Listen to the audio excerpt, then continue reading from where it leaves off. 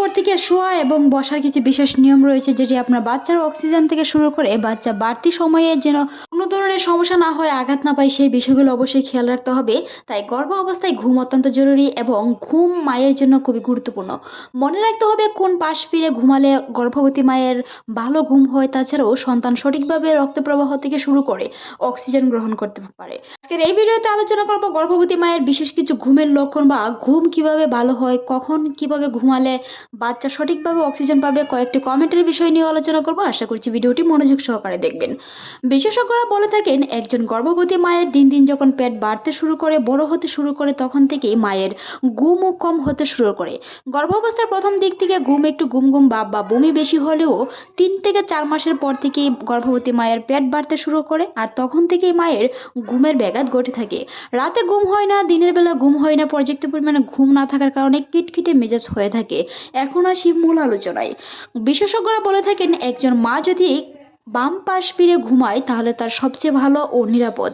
মনে রাখতে হবে 5 মাস বা 4 মাসের পর থেকে যখন আপনার ঘুমের ব্যাঘাত ঘটবে, অন্ততপক্ষে ঘুমের 1 থেকে 2 ঘন্টা আগে চা, কফি, ড্রিঙ্কস, বিভিন্ন ধরনের কোল্ড ড্রিঙ্কস জাতীয় খাবার অবশ্যই এড়িয়ে চলতে হবে। গরম জাতীয় খাবার এড়িয়ে চলতে হবে। অবশ্যই ঘুমানোর 2 ঘন্টা আগে ডিনার বা যে কোনো ধরনের খাবার সেরে নিতে হবে। গর্ভবতী মায়ের পর্যাপ্ত পরিমাণে হাঁটা চলার অভ্যাস থাকতে হবে। মনে রাখতে হবে, শরীর ক্লান্ততা অনুভব হলে তবে ঘুম পর্যাপ্ত পরিমাণে আসবে। তাছাড়াও যদি আপনার ঘুম না আসে, সেই সময় বই পড়ার অভ্যাস করতে পারেন। পাশ ফিরে বারবার ঘুমানোর চেষ্টা করুন, যেটি আপনার সন্তানের অক্সিজেন খুব ভালো ও রক্ত প্রবাহ নিয়ে দুশ্চিন্তার কোনো কারণ নেই। তাছাড়াও মায়ের পেট যত বাড়তে শুরু করবে ততই ঘুমের ব্যাঘাত ঘটবে। তাই বাম পাশ ফিরে ঘুমানোর চেষ্টা করুন, তবে বাম পাশ বেশি হয়ে শোয়ার চেষ্টা করবেন। যদিও ডান কাত হয়ে শুয়ে থাকুন, তবে সেটি অল্প পরিমাণে শোয়ার চেষ্টা করুন, কারণ সেই সময় সন্তান বিভিন্ন ধরনের চাপ সৃষ্টি হতে পারে। মনে রাখবেন, 5 মাসের পর থেকে সন্তানের নড়াচড়া সঠিকভাবে গণনা রাখতে হবে। অবশ্যই সোজা হয়ে না শুয়ে, চিত হয়ে না শুয়ে বাম পাশ হয়ে ঘুমানোর চেষ্টা করুন। পর্যাপ্ত পরিমাণে পানি পান করুন। মায়ের গর্ভকালীন সময়ে সন্তান নড়াচড়া খেয়াল রাখা খুবই গুরুত্বপূর্ণ। তাছাড়াও মনে রাখতে হবে, অনেকেই কমেন্ট করে থাকেন মায়ের পেট কত সপ্তাহে বাড়তে শুরু করে বা বড় হতে শুরু করে। যদি গর্ভধারণের প্রথম দিকে হয়ে থাকে, তাহলে সন্তানের নড়াচড়া কিংবা পেট বড় হওয়ার মধ্যে পার্থক্য কিছুটা থাকতে পারে। যদি দ্বিতীয়বার মা হয়ে থাকেন, তার ক্ষেত্রেও ভিন্ন রয়েছে। মনে রাখতে হবে, প্রথমবার মা হলে অনেক সময় 18 থেকে 24 সপ্তাহে বাচ্চার নড়াচড়া বোঝা যায় প্রথমবারের মতো, আর দ্বিতীয়বার মা হলে সেটি আরও অনেক আগেই বোঝা যায়। মনে রাখতে হবে, সন্তানের নড়াচড়া হঠাৎ করে টের পাওয়া যাবে না, তবে কিছুটা পেঁপে বা ফড়িং উড়ার মতন শব্দ যদি অনুভূত হয় বা কিছুটা এরকম টের পাওয়া যায়, তাহলে বুঝতে হবে সন্তান অবশ্যই নড়াচড়া শুরু করেছে।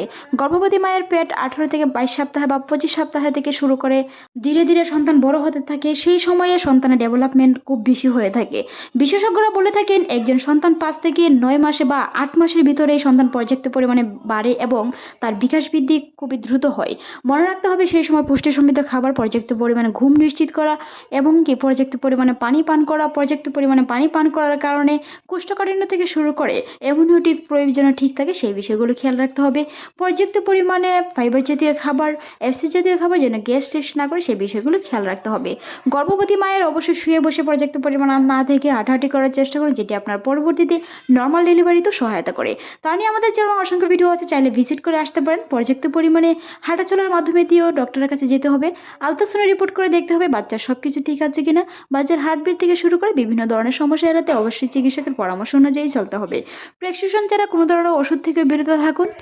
সুস্থ মা সুস্থ সন্তানের লক্ষণ। মনে রাখতে হবে, প্রথম দিক থেকেই মায়ের কথা শেষ নেই। তাই গর্ভাবস্থার প্রথম থেকে চেক আপ, বিভিন্ন ধরনের আলট্রাসাউন্ড রিপোর্ট, এমনকি সবকিছু মিলিয়ে বাচ্চা ভালো ও সুস্থ আছে কিনা সেই বিষয়গুলো খেয়াল রাখতে হবে। চিকিৎসকের পরামর্শ অনুযায়ী সবকিছু করতে হবে। হাঁটা চলা থেকে শুরু করে শোয়ার ধরন কেমন হবে তা চিকিৎসকের পরামর্শ অবশ্যই নিতে হবে।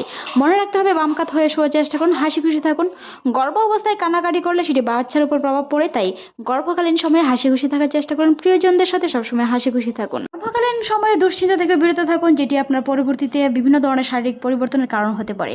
ভিডিওটি এই পর্যন্তই। ভালো থাকুন, সুস্থ থাকুন। আজকের এই ভিডিওতে আপনার মতামত অবশ্যই জানান। না তখন দেখার জন্য অসংখ্য ধন্যবাদ।